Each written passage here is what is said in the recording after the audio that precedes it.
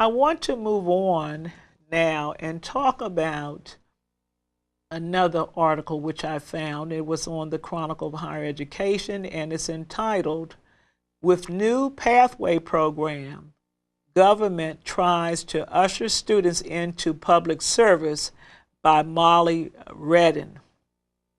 This article, I think, is very, very important, and we're talking about the federal government in this article.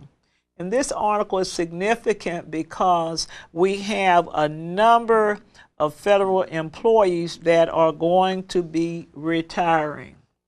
Essentially, the article states that there are going to be 2.4 million federal governments set to retire. It did not give me a date for the article, but this is a current event article. It was not, I retrieved it on the 9th of August, and so it is very, very current.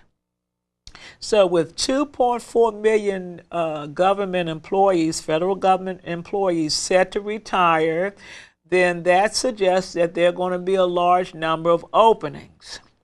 And the federal government is concerned with making sure that it provides an opportunity for recent graduates to gain entry-level positions or higher-level positions based upon their skills.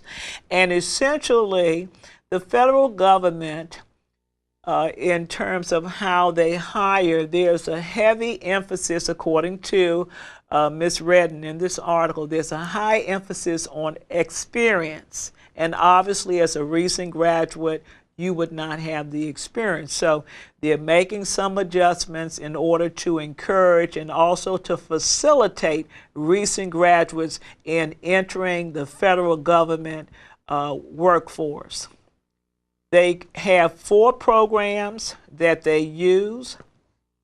The names of the programs which have been used previously are called the Student Career Experience Program, the Student Temporary Employment Program, Federal Career Intern Program, and that program has been eliminated as of March 1. Then the final program that was listed in this particular article is called the Presidential Management Fellows Program, which is geared toward graduate students.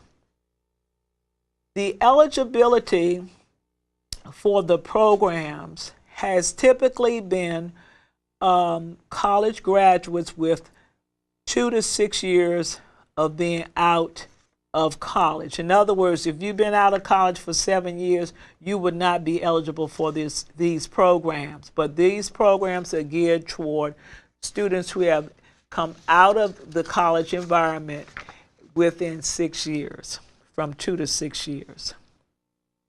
It used to be that these students, in order to get into the federal workforce or into these programs, I want to correct that, in order to get into these programs, they had to be nominated by their colleges. However, this particular requirement has been dropped. Now, let's go to the newest program. The newest program is called Pathways, and Pathways is replacing the eliminated program, which was the Federal Career Intern Program. And this program, the purpose of it, again, is to facilitate turning government interns into federal employees, full-time federal employees. I want to go back and correct something that I left out.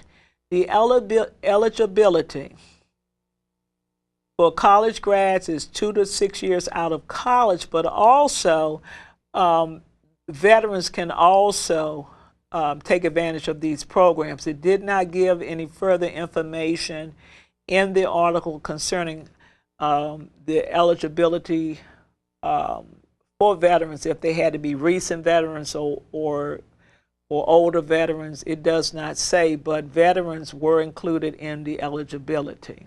Now, again, going to the newest program called Pathways.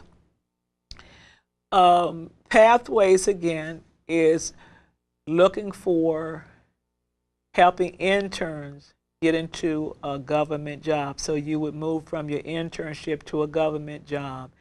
And so I want students to be aware of this, and I want to encourage you to apply for an internship with the federal government if that is your interest. Now, I want to move on and I want to go to college funding. Essentially, what I wanted to share with you about college funding today is there are many brochures and a lot of literature out there to help you get ready to fund your college education. And I encourage you, don't wait until you're a high school student. You can start when you're in middle school. For students who are juniors and who are seniors, then you need to start right away looking into these resources and documents. The first one is called the Maryland Legislative, Senatorial, and Delegate Scholarships. And so these particular scholarships, I'm not going to go into detail about what the eligibility requirements are, but I can tell you that I picked this up in the public library. So you can go to the library and pick this up. You, I believe, will have to have a FAFSA done. So that's a very important step that you have to get your parents, and you have to sit down and fill out this form that tells about your financial status, and your income tax have to be done. So when you fill out this form, your parents really have to have their income tax current. So if you know that your parents' income tax isn't current, then remind them that the income tax has to be filed so that you can have the ability to fill out your FAFSA form in order to be considered for financial aid. This is a great requirement, and the form is pretty tedious to fill out, but you can do it, and you can get help in different venues to help assist you in filling that out. Another brochure which I picked up is entitled Chart a Successful Path to College. And this involves a website that you can go to. The website is called, or the way it's read is togomaryland.org. To go with the number 2. togomaryland.org. And here you can go and find out information about how to chart your path to college. And I think that's wonderful. We have some excellent resources in the state of Maryland to help students learn and plan for going to college. There's another brochure that I picked up also, and this is involving information for veterans. And it's Veterans Maryland. The website is www.veterans, all capital letters, .maryland, all capital letters, .gov. The phone number is 1-877-770-4801. The phone number again is 1-877-770-4801. And it's a lovely brochure. It has soldiers and their combat boots. And when you open it up, it simply has the information which I shared with you. So veterans who are looking to raise their educational level and looking for assistance, Maryland actually has a website to help you get started. And I think this is wonderful that we have all of these opportunities. Now, in the state of Maryland, we also have an Educational Opportunity Center. And the Educational Opportunity Center that I'm aware of is at the University of Maryland College Park.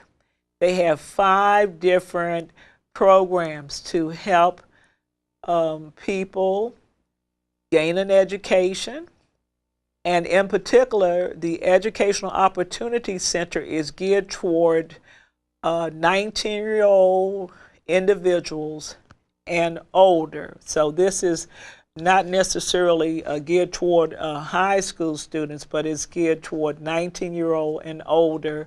And so you will have graduated from high school. It's a very, very good program. They have a lot of information. I'm not going into it today, but I'm hoping that I can get a representative to come and speak to our television audience.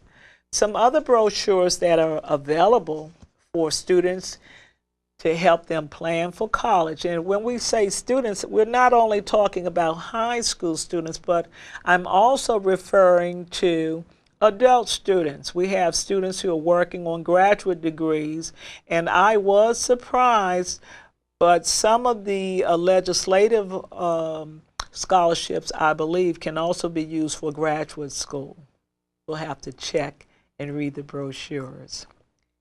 These two brochures are about direct loans, and they are put out, I believe, by the United States Department of Education, and they have one brochure for parents, the green one, and they have another brochure which is orange, and I would say that's turquoise. Brochure for students. So they have two different brochures to explain about direct loans.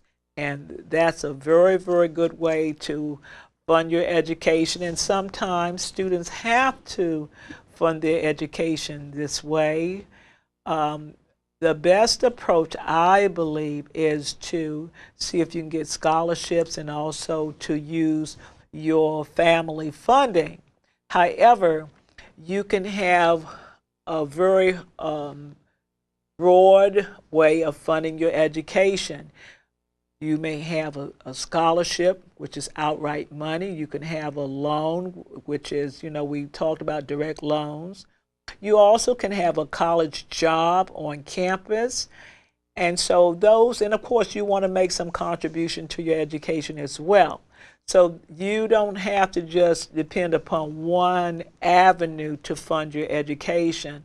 When I went to college as an undergraduate student to Connecticut College, I had used all of those means to get my education, and I tended to use loans as I got to graduate school, but go ahead and find out what's available to you, so that you can gain access to a college education. I will be talking about this in the future.